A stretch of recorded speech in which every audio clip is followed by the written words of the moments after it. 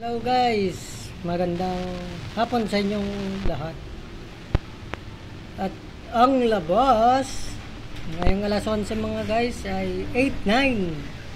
So ayan o, ang mapapansin nyo ang labas ay sumada lang dito sa 26 yung 8. Itong 26 kasi to pwede maging 8, 17 at 35. Tapos ito naman 29, sumang 11 yan. Ayan. Pwede rin maging 2 yan. Ayan. So, bali tatapatan tayo dito sa 21-13. So, sumadahin natin to.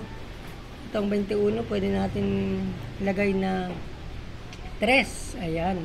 Tapos, combination natin dito sa 29, pwede natin ilagay na 11. Ayan. 3, 11.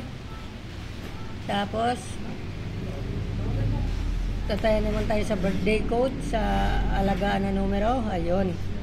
Pwede natin ilagay na 3, 9, 11. Ayun. 3,